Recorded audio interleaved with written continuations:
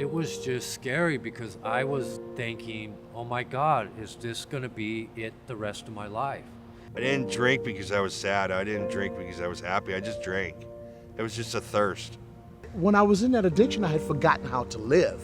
I really had the desire for things to get better in my life, but I never was able to seem to be able to do that. I went to the doctors and they found a tumor growing beneath my eardrum that was spreading rapidly to my brain. And I've had my 4th surgery to remove it because it keeps growing back and they don't know why. Every day seemed like a struggle. I was having these constant arguments with God, like, am I meant to be homeless? I don't see nothing in the future. How do I get out of this? I was pretty much homeless. I wasn't finding any place to be able to stay stable. We grew up in shelters and both my parents weren't around. My mom was on drugs, so there wasn't really time for dreaming. There were no dreams before MDC. Like I said, I was basically just existing. When I came to MDC, that was the second chance of my life. Those socially enculturated stereotypes of being homeless were probably the first obstacles I encountered.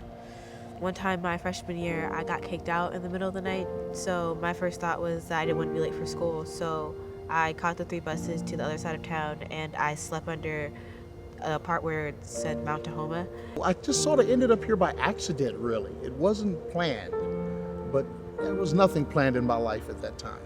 When I started becoming introduced to MDC services and what they offered, and realizing that everybody was looking at me without judgment and really caring about getting me back on top, it really helped me realize that, hey, I'm a human being, I have some worth. They began to say things that actually started to get to me, and I actually started thinking about some of the things that they were saying. And so I started to build up a trust for people again.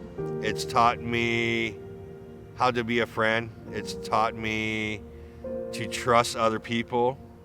They helped me to widen my perspective on college and what was really possible. Once I came to the realization that they really were trying to help me, that's when my life started to change right there. When I came to MDC, Kathy was the first person I trusted, and she taught me how to trust other people. While I was in chemical dependency, EOC came and they started talking to us about college. Going to a school like UW was not in my reach. That's what I thought, that's what I believed growing up. It wasn't in my reach and it wasn't possible, but MDT showed me that the impossible is actually possible. So it helped me through my treatment for alcoholism. It got me through the grades, the patience, through school. I've kept a 3.75 GPA. They started helping me to actually believe that I could go to school until the day when I actually did enroll. They followed me through there. MDC also gave me the opportunity as far as my housing to where I was able to live there for 2 years, and that gave me an opportunity to work on me. While living in MDC housing, I actually was able to finish a double major while at UW-Tacoma. And I believe it's because I had stable housing.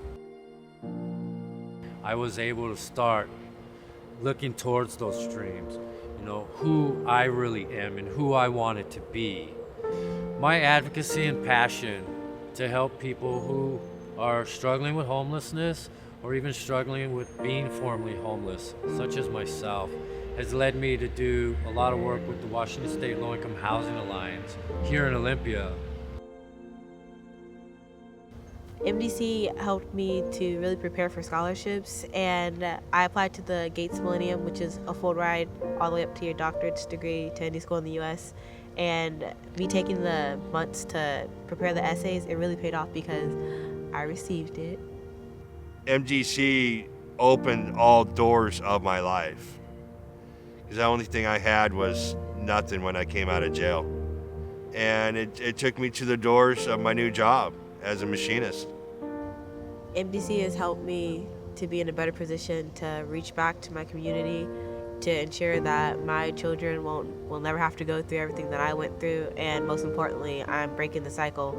From homelessness to who knows what the future holds. I mean, the possibilities are just endless. and it's all up to me now.